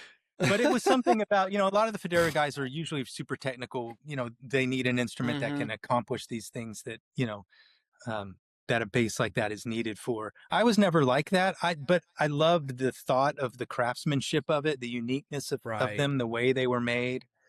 You know, one of their things in working with him on this pedal was it has to be made in the USA. Like everything that can be made, because circuit boards, you know, we make circuit boards here, but some circuit boards come from overseas. It just depends on what makes sense to get. It would have made a lot more sense to get their circuit board overseas, because it's a complicated board. But it's like, no, which is great. I loved being pushed in that way. It has to, and I went back to him too, like, if we don't run on batteries, this will be a lot easier. So, no, it's got to be batteries. It's got to be made in the USA. And you know, we make the metal work for all of our stuff right down the street. It's powder coated about half a mile from here. We print stuff here. I like that we do that. You know, it's not the easiest way to do it. Yeah. But I don't want pallets of finished products showing up here and then shipping out where we don't have anything to do with it. Yeah. You know? There's fingerprints on our circuit boards that probably shouldn't be there. We try to clean them up, but if they're there, they're mine. Yeah. You know. So that's awesome. But anyway, I had a love affair with Federa stuff, and I've had a bunch of them over the years, and you know, they come and they go. But I've got this one is. We'll do some show and tell. Yes. This is excellent. This is kind of the main one lately, which is this strange green color. But this is the one that we were able to use to test the circuits when we were doing it, and and test our pickups as we were making them. So, yeah, but yeah, they go from like standard looking to obviously ones that look more like coffee tables and things like that. Right. You know, like there's like an early 2000s one with like, you know, a bunch of weird wood. Oh yeah, I love that Buckeye stuff.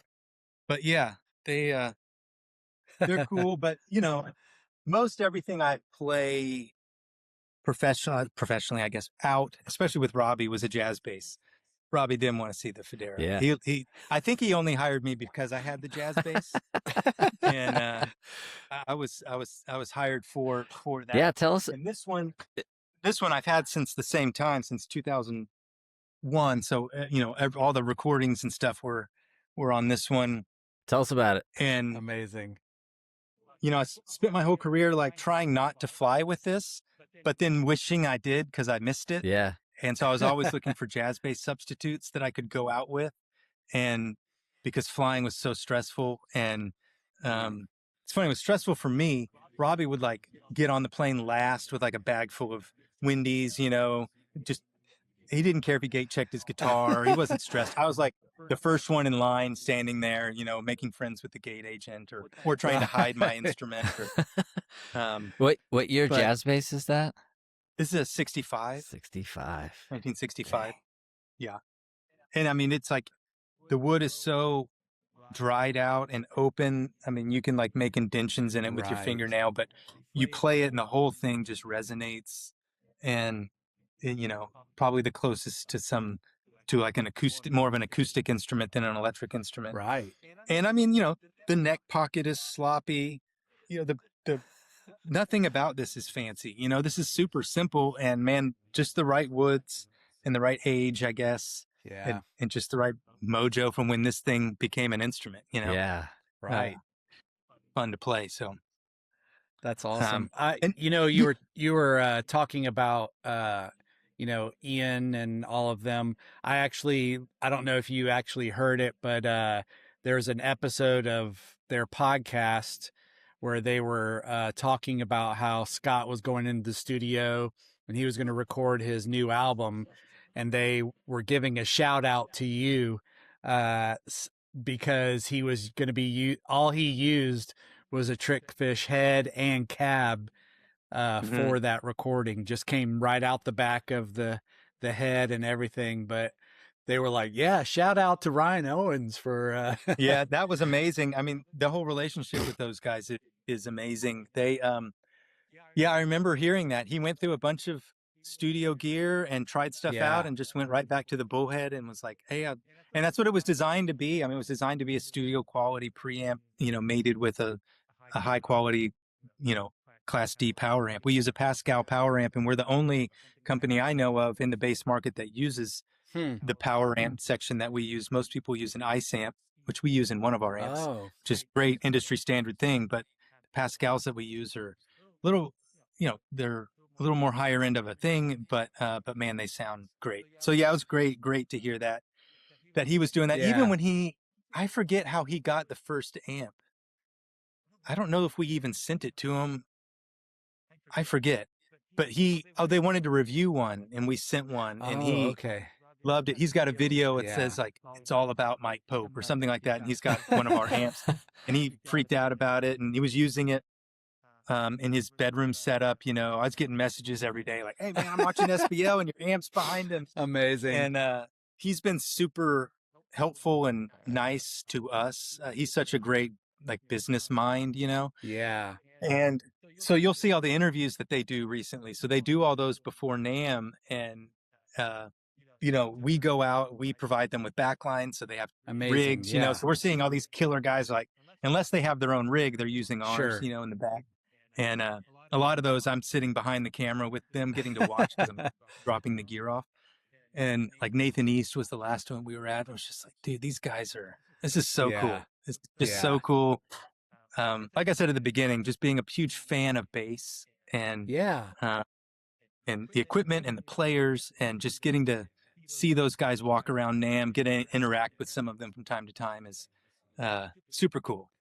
Yeah. And you know what? I think that's what's special about Trickfish is, a lot of people I know sometimes feel like bass guitar gets slighted when it comes to, amps or pedals or whatever.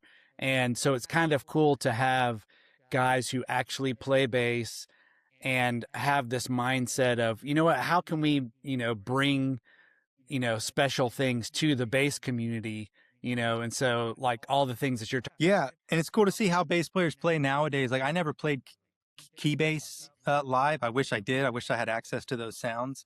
But a lot of guys do now. And we had guys touring. We have a guy who plays bass for Pitbull, who's a artist. Anyway, he's got 2 live rigs because he's got a rig for his keyboard and a rig for his electric. And it's cool and amazing. And we're looking at it like, it's great that he bought 2 rigs, but man, what if we could put that into one? So like the Bullhead 3K that we have, which has 2 power sections in it. It can run in some different ways. But one of them is you can plug in the back, a keys setup, split the amp into 2 separate amps, run keys to one cab, electric through the front to the other cab. Amazing. You can sum them together if you just have one cab, but now you've got 2 inputs. I'm working on a 3 input switcher, so like an ABC box that will have, a volume for A, B, and C, so you can equal out the levels. But you could also lock channel A to stay on if that's like your bass keys line. And then you're toggling now between just B and C. Maybe you have a short scale and a upright or electric, a jazz and a P or something. And then those all sum together and come out where it comes out splits and can go out dry, or it can go out isolated through a transformer output.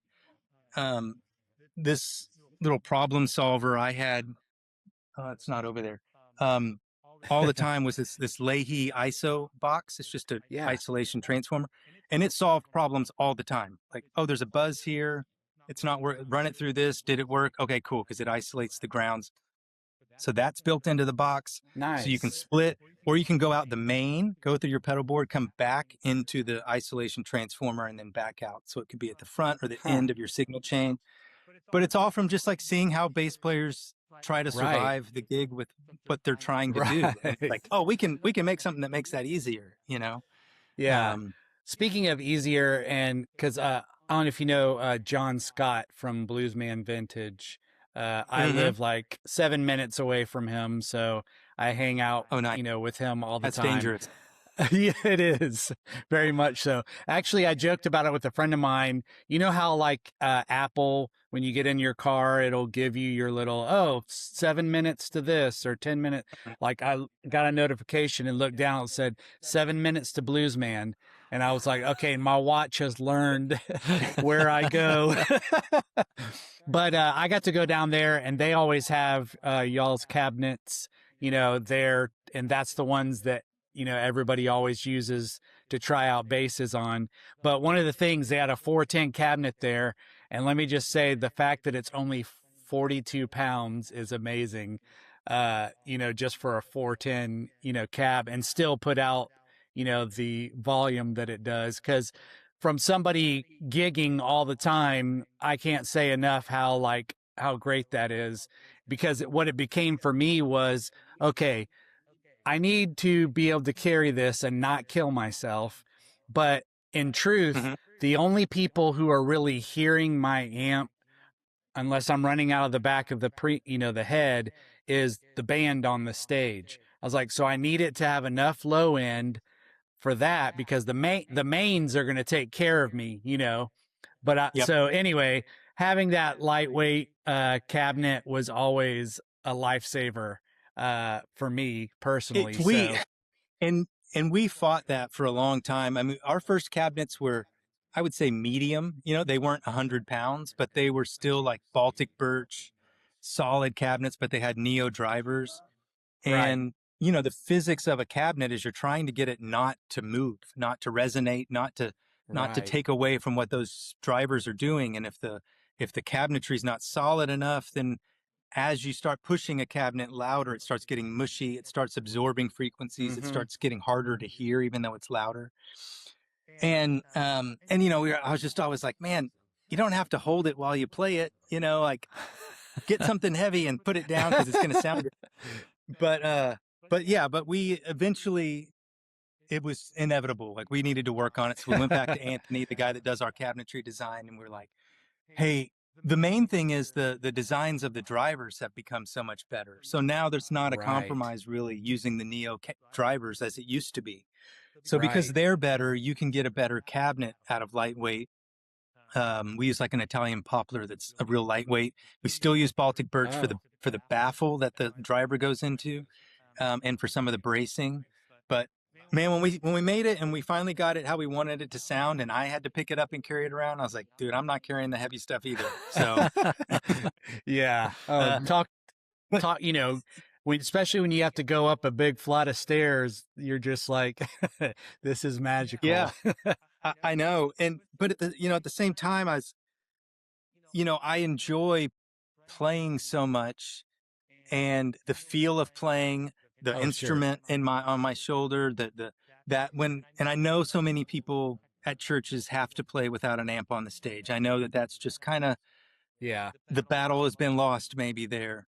But man, I don't ever do it. I always have something, and it's not loud. I usually bring it up to where maybe I can barely tell it's there, but having that not noise feedback, but that tactile feedback of what you're doing and feeling it. Yes. It to me is part of the inspiration equation of playing.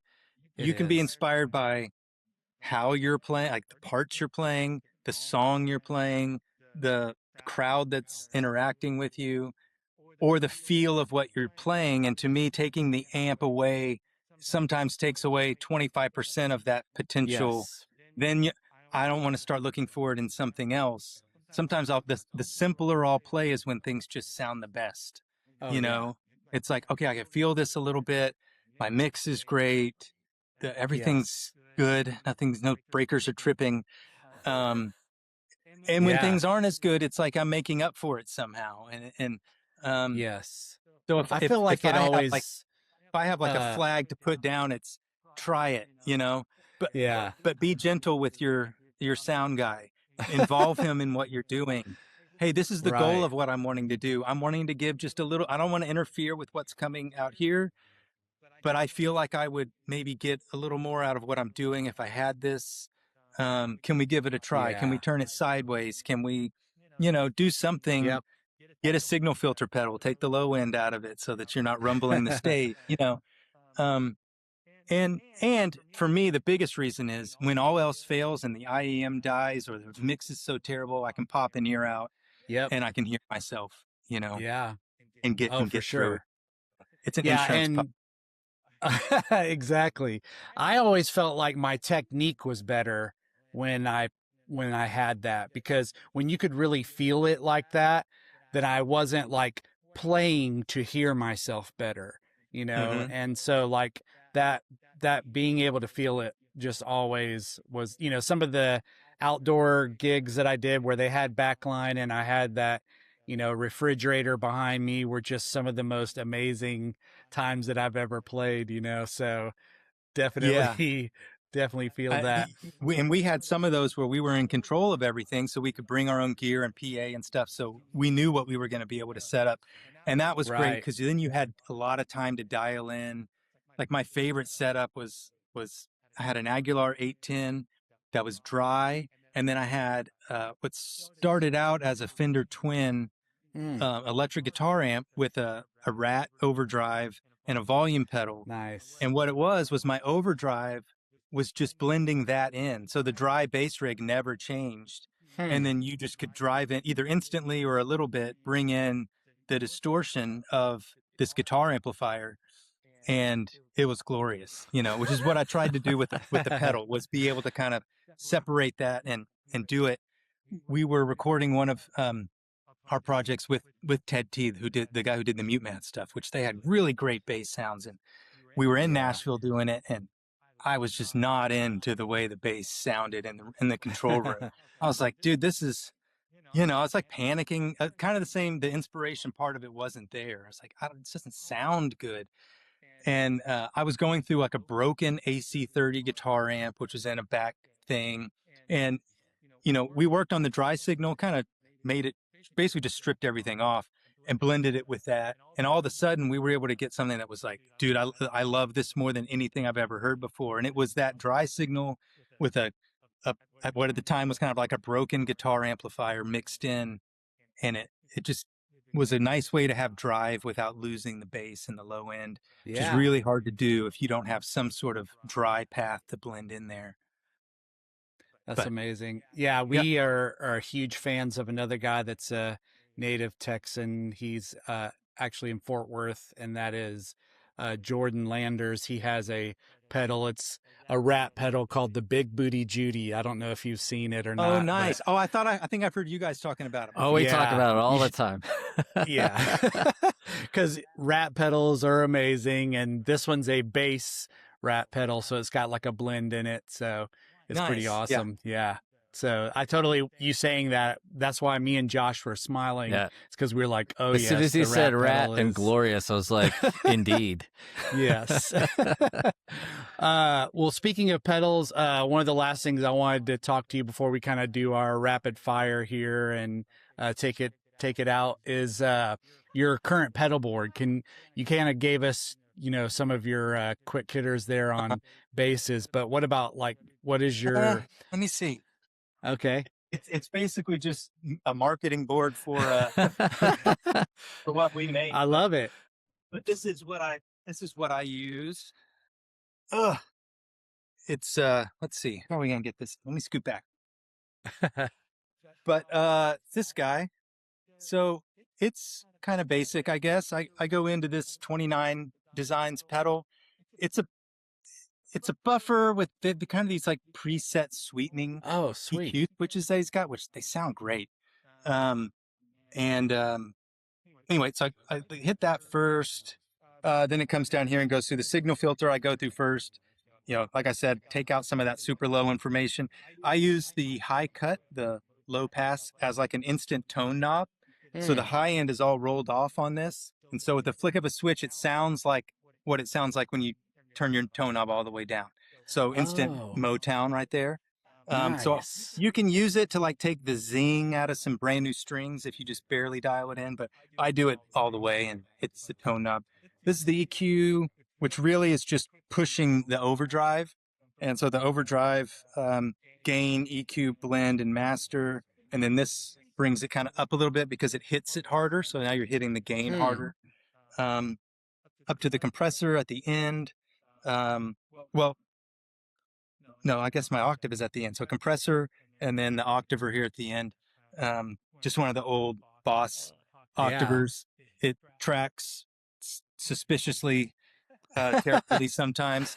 Yes. The sound of it is like really cool. I know it is. It kind of works in a certain area of the bass only, but the glitchiness of it is part of the appeal. Yeah. You know, it sounds. Oh, for sure. Sounds great. I love that. That's awesome. That's a great setup. Yeah, that's that. I mean, I've had many times of nothing and many times of something way outrageous and totally unnecessary. But yeah, a little bit of drive, a little bit of some EQ that you can deal with. If I don't have my amp, I'll bring a DI. I'll bring like our Minnow DI. Yeah. Or you know, I have a Noble, I have an Arkham. Those are great, man. They sound like something you can't get unless you have that. You know, Yes. The push and pull of that type of circuitry is it's very satisfying. It's not something I like all the time, but sure. But when I do grab it, you know, for something, I'm like, oh yeah, that's pretty sweet. Yeah. We a funny, just real quick story. We were playing somewhere on the West Coast. I don't know exactly where Noble's located, but we were in, I think, California, and we get to a church to play, and there's like 8 Nobles on stage, but they all look different, and they've got like transformers on the outside and this and that. And I'm amazing. Like, man, what is going on? And they're like, oh, Jack lives close. These are all the Noble prototypes, you know? That's amazing. And I was like, oh, okay, cool. He's actually, I think he relocated to Maryland, but he was in, I think it was like San Jose, maybe. I think is where that sounds he was. Probably right. Yeah, it was over there somewhere, but it was just, you know, the keyboard had 2 of them, you know, left and right. So it's like, who do you guys know? Yeah. That's incredible. I love that. Yeah. Well, coming in for a landing here, we have our little section we call rapid fire. It's not, when I say rapid fire, it's just, but not necessarily that you have to answer in rapid fire. So you can still elaborate a little bit. So, starting off, flats or rounds? Oh, sorry, Josh. Round. Yeah, I always joke with Justin, my partner, that like, I wish I was cool enough to play flats. I wish that I liked flats because flats are cool. I just can't. There's so much of that top end information that I like, and I don't get it with that. And I don't play the kind of music I think that maybe that would go better with. I wish I did. Yeah. I wish I was, you know, I wish I was Tim LaFave, and I was just out there. Wish I was Sean Right. Hurley. Yeah. I wish I was playing with just the best pop, pocket stuff. Right. Exactly. Well, just for the record, I am also not cool enough to play flats, but I just do it anyway. I disagree. Okay. There, you heard it. You heard it from I Ryan. know, I'm like, Josh. all Now, right, yeah. now your coolness level just went up. You showed up at our church with an Ashdown tube bass head I and did. set it up for Sunday. I did. So you're pretty dang cool. What's funny is because when you're talking about like, hey, have this amp and all this, and like, make sure you talk to your sound guy. The thought I had was like, knowing what I know now about like sound and EQing like rooms and stuff, like I cannot believe that they let me roll in with a 100-watt tube amp and like 210 cab and just be like, is this okay? And they're like, yeah, just don't have it. Oh yeah, they're all about it.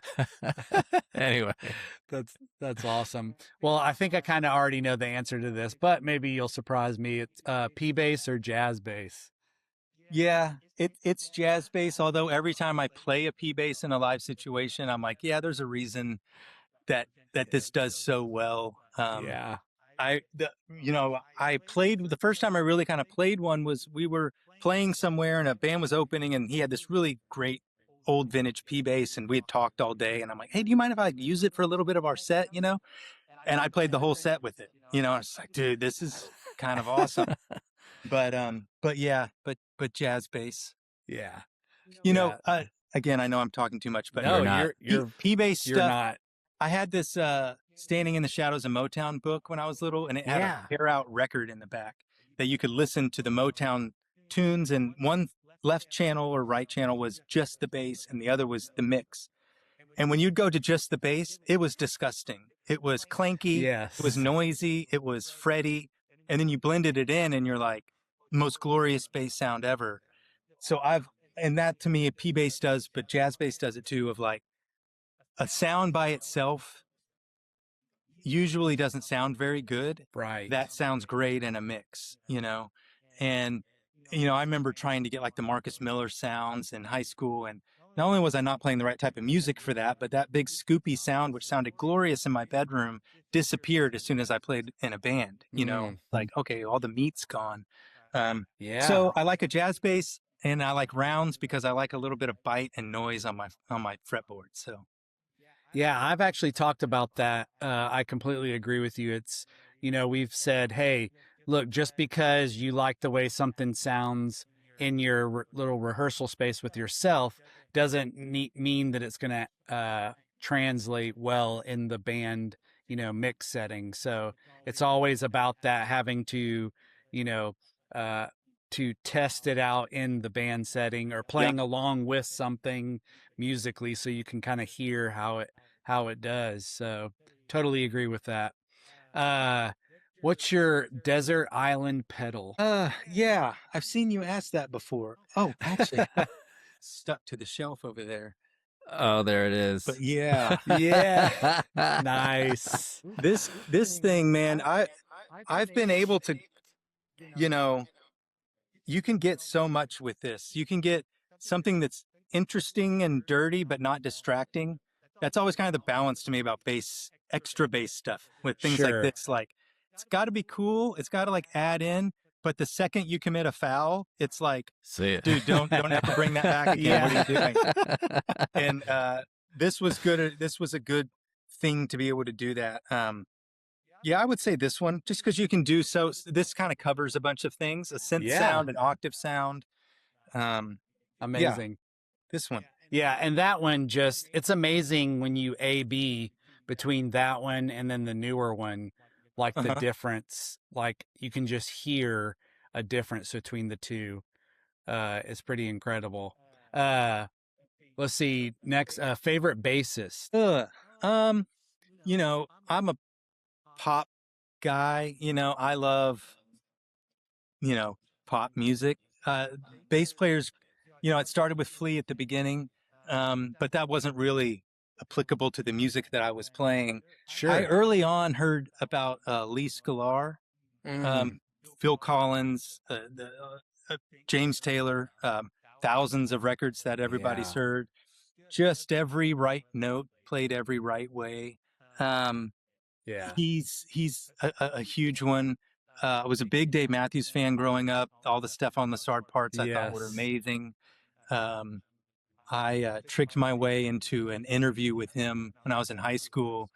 I should Amazing. probably repent for this, but I remember I contacted their management and said I was with the school paper, and they weren't big yet. They were like just getting big. Like their first song had just come out. They were playing at a place for Incredible. 500 people, and I got to interview Stephon, which just meant I hung out with him after the show for 20 minutes. You know, That's And, incredible. but his parts were creative and Yeah. same thing. You knew what song it was based on the part, and he was 16, 17 years old writing that stuff. Yeah. But yeah, those are big ones. Gosh, I feel like I'm forgetting.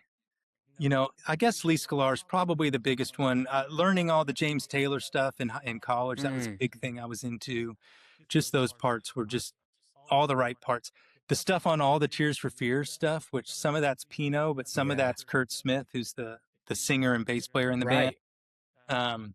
We've got songs that we have a song called Better Days, which has a part that kind of does a thing that kind of goes up and down and it's directly from a Cheers for Fears song, that I had heard that day. And I was just like, I love what that's doing, and then as we're sitting down to write a song that day, I'm like, oh, this, so if you listen to Better Days, you'll hear that part. But nice. The Cheers for Fears stuff is great. But I love Toad the Wet Sprocket and nice Dean. So their lead singer still puts out music. So I listen to that kind of stuff all the time. I'll throw John Mayer on like nobody's business in the background. Dude, I was a huge Toad fan. Huge. And they're still as a band touring. Yeah, I just saw them here in Houston a couple months ago. Amazing. Perfect. Yeah. It was amazing. Vertical Horizon. Yeah. Dean was kind of when I was a kid, was kind of who I was modeling myself off after, vocally and playing bass, the high range stuff that he always sang. So yeah, huge fan of them. A big fan of Live, the band Live. Patrick Dahlheimer, his parts were amazing. Yeah. We get to work with him once in a while. He's not playing with Live anymore, but plays with a bunch of other people and uses one of our amps and cabinets and stuff, which I think is just so cool. That's awesome. But yeah, that type of stuff. I know that's a bunch of bass players, but they all kind of funnel into the interesting parts, good songs, good songwriters that they're working with, but still love some Chili Peppers and 311. Totally. Oh yeah. So wait, exactly. I don't ever recall seeing you with a Warwick. Do you have a Warwick? Because you mentioned Stephon. I don't have it here because it's hanging at my house. Gotcha. I have a Warwick Dolphin bass. There it which is. What Stephon Lessard played. Yeah, I was going to ask because that's such a distinct bass. And I'm like, well, sure. If anybody on this planet has one, it's Ryan for sure. So, another funny story, I guess. I had a copy of it in high school. A guy in Galveston that made instruments had made one that was similar to it and it was for sale at a local store. And I'm like, oh, I got to have it. And I had it and really wanted the original and got to college. Had saved some money up, had to go order it from a music store and ordered it, waited for it to come in. And I can remember Brooke May's music, showing up and them handing me the bag and sitting down with it on and I just couldn't even play the bass. Just because I was so happy to be holding on to it, and touching it. I was just like, I don't need to play it. I just need to take it home because it still hangs on my wall. I pick it up all the time. It's right next to my Ian bass, IMA4. Oh, nice. But, that's right. I remember Ian on an episode mentioning how, or maybe it was, I think it was Ian that mentioned that you were one of the people that got that bass is so good. That bass is so good. It's like a P bass that already has an overdrive pedal built into it. Yeah. It's kind of a woolly, what's the Bluesman vintage bass that's the P with the two Thunderbirds? Yeah, it's called the T2. But what's the player's name that it's based off of? I see him everywhere. I should remember his name. The Jacob Lowry plays one all the time. That's who I meant. Yeah. It always sounds great when he's playing it. And this bass, I'm sure, is similar with those pickups, but it's just just in the right spot. Yes. For sounding good and full, but having character on top of it, and it's a really cool bass. That's amazing. Okay, this is worship-based coffee, so I have to ask some coffee questions.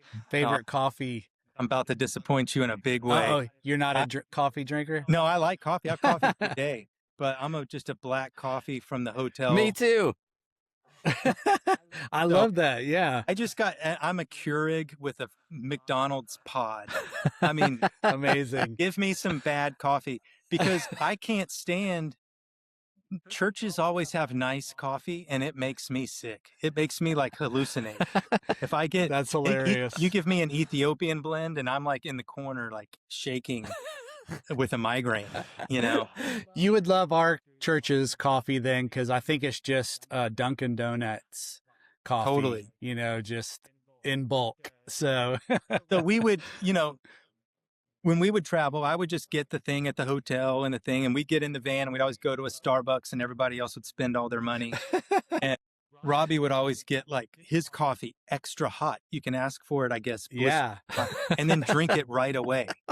And maybe that's how he kind of scarred the lungs, the vocal cords. It might be the vocal secret, but I make coffee. I put it in my cup holder. I drive up here to the shop. I set it down for another 10 minutes and then I'm ready to drink it because it's yeah. hot. I think we're cut from the same cloth coffee. On that, because like I'll I just make it. my pot. We have like a espresso machine and then we have like just a regular old pot, and I always go to that and I leave it till it gets to kid temperature and then I drink it and enjoy it. Yeah. Or I forget about it and then it's just sitting totally there. Yeah. Hey, cold brew, right? Yeah. So what about a favorite? Do you have a coffee shop that when you do? I'm Keurig in the morning, just amazing. Right by my microwave. Yeah. I love it. If we go to a coffee shop, I get tea or something. I'm just not, I'm not adventurous enough. I don't know what to order. I'll tell you what, if we go to a coffee shop, I'm getting the like frozen mocha with like chocolate sauce and whipped cream with a big straw. Yeah. I'm getting that. Just give me a dessert. Yeah, it's got to be a day's dessert worth of coffee. calories. Yeah. And then last question, what's some music that you're currently listening to? Yeah, man, I wish I was cooler here too. Yeah, so I mean, Glenn Phillips, I listen to all the time. He's the singer of Toad that we were talking about. Mm-hmm. And I'll just put it on. I like to put it on stations of those guys because then I get to hear a bunch of stuff pop up that I haven't heard before. But I'm the worst at knowing song titles and knowing records that things come from. So I like people and styles of that kind of stuff, but I couldn't tell you what records they come from or anything like that. But Tears for Fears is probably one of my favorite bands. I'll listen to all of that all day long, just in the background. Sting is probably one of my favorites. Again, I'm stuck in the 90s, but that's okay. Yeah. And there's nothing wrong with that. When Jay asked me that question, I said, currently I prefer silence because. Well, the funny thing is when I'm here working, I usually have my phone turned on. Justin, who was here visiting me last week working, he listens to Mission Control recordings in the background. It's just the most monotone, Mission Control space conversations. I listen to like 48 Hours or like Dateline or something like murder mysteries like in the background. I think it makes me feel cool about the day. I'm like, at least that's not happening to me. And now I know the signs to look for. Someone's trying to get rid of me. So silence is amazing. Good too. Yeah. Well, lastly, what kind of if you could give any kind of advice for bassists and worship bassists out there, what would you say to them? Just keep trying to learn more and don't be afraid to ask people stuff. It can be intimidating if you don't know, but learning is like, it's not fast. It's slow things, and then it's a jump, and then it's a slow thing, and then a jump, and then it's a drop. Because as soon as you learn to get to certain levels, you realize what you didn't know, and then it's like, oh, okay, now there's all this other stuff I didn't know that I want to know. Right. And I mean, I've taken so many online lessons from people, from jazz players to whatever you can do, and I'm unqualified to take the lessons, but I've learned so much. And even if it's one little thing from each of those guys. And when I stopped traveling a bunch, I wanted to start playing jazz more. I had played upright a little bit, but was a hack at it. And it was just trying to learn and trying to figure it out, and then putting yourself out there in a situation to do it, and knowing that no one's thinking about you. Like, no one's worried about you. Right. So as like worried as you get about it and as self-conscious as you get, no one really cares. Like, do the best you can. They're worried about themselves. Try to be a team player and everything. Don't put yourself in situations you're not ready for. But, you know, we've had guys want to come with us who like intern or like travel with us a little bit because they wanted to be worship leaders better at it. Right. And they, Robbie was always happy to bring guys like that by. And even if they weren't ready to be doing things, just being around others who were learning from it, you'll learn so much more from just experiencing it with other people. But yeah, if you don't try, you'll never learn. And if you don't ask, you'll never know. So just do it, and, just be careful. I've gotten myself in situations before where it's like, I should not be doing. Yeah, I have to for sure. That's awesome. Well, just kind of wrapping things up. Thanks for coming on and being a part of this. Josh, actually, it was funny. So when we were doing our NAM recap episode is when Josh was like, you know what? I should totally, I know Ryan from serving in Houston there. We should totally have him on. So I'm glad that we were able to. You guys need to come out to NAM next time. You've got a booth to hang out at. So we've usually got a couch. Yes. Well, actually, we've been messaging back and forth. I think maybe in the fall is when they start opening things up for people who are not like showing booths or whatever to be able to, get access. You've already got passes. You just tell, if I just need your email address and you two guys have. Oh, dude, that would be. It'll say artist at the bottom, but my mind is exploding. I'm yeah, don't pay for that. We get an allotment, and we always have. Oh man, well, let me just tell you right now. Just go ahead and put us down, and we will. Because I had already been saying to him, hey, what if we try to go in in January, and that would just be a blast. Oh, you got to go. Yeah, it's great. It's crazy, and it's great, and it's overwhelming, but you got to be there and try it. It's it's fun. I just think it would be fun too, with what we're doing here to kind of bring some stuff back to the people who are listening, and it would just be a fun experience too to get to hang. Yeah. So that's awesome. Yeah. Well, I will be putting this up on YouTube, so I'll be sure to put like links and things where people can connect with what you're doing, with Trickfish and with like your Instagram and stuff like that. So that way people can find it. And so anyway, that's about it. But we'll be in touch with you for sure. We would for sure absolutely love to do that. Anytime you need anything, just let me know, or I'm going to check in. We'll do a shop tour one day. We'll show you how we do stuff here. That's awesome. I love that. Would be amazing. Yeah. I love that. Awesome. Cool. Thank you so much, Ryan. I appreciate it. Thank you. Yeah. Thanks, guys. We'll talk to you guys again soon. All right. See ya. Yes. All right. Later. And we are back to the Worship Based Coffee Studios. That was a fantastic episode. I just want to say thank you to Ryan for coming on. Really enjoyed that conversation, getting to hear just his story, and then also just getting to hear everything that goes into a Trickfish amp, and with the pedals and the pickups and all that stuff that they have there. It's just really cool. If I was still playing out all the time like I was, I would be hitting him up to buy a cabinet and head. Nowadays, the only time I'm really using an amp is just for myself in here. So those days are kind of gone for me for now, because mostly I'm just playing on Sunday mornings and we're in ears group, so just using that, so I'm not using an amp anymore. But if I was, that is what I would definitely be going with. Anyway, just wanted to say thank you to him for doing that and coming on here, taking that time to come on here. It was great. The Up on Deck next be episode 26. It is the last episode in season 1, and so then after that, season 2 will be starting.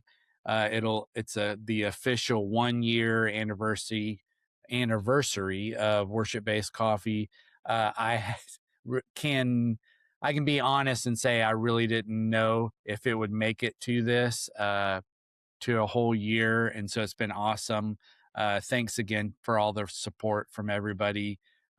Everybody has had some great feedback for me, and that means a lot more than y'all know when you message and just say that you're enjoying it, or maybe a specific episode just hit you and you really enjoyed it. That means the world. We're always trying to come up with ideas and topics and stuff that we think that you guys will really appreciate. And speaking of that, so to close out this season, the next episode, which will be episode 26, Josh and I had the idea of, well, hey, Josh was like, why don't I interview you? And you can tell some of your story, maybe stuff that hasn't been said.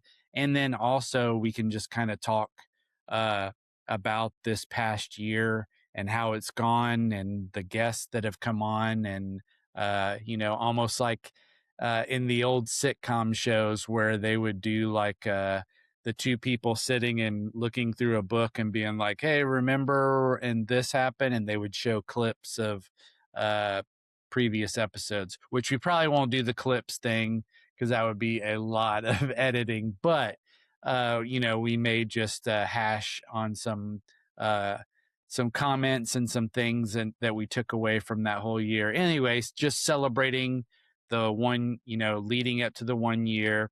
And so when season 2 kicks off in July, that is going to be the official 1-year anniversary episode. And a very, very, very, very, very special guest will be joining Josh and I for that episode. I cannot wait for you guys to hear it. You're going to love it. And a bunch of other things that are going to be kicking off in July too, just part of the whole worship-based coffee extravaganza. So saying all that, thank you guys again. I'm going to end it by saying my little music segment. If you don't know about this group, it's an another indie rock. I guess can't get away from that band out of Southern California called Hopeful, the band. I've just been listening to them lately. They really, really have that Switchfoot vibe to them, musically, vocally, all that. Love them. Definitely going to have to catch them when they come here to Nashville. So anyway, with all of that said, thank you again. Hope you guys enjoyed this episode, and we'll talk to you again soon. And as we say at the end of every episode, don't forget to tell someone you love them, and we'll see you next time.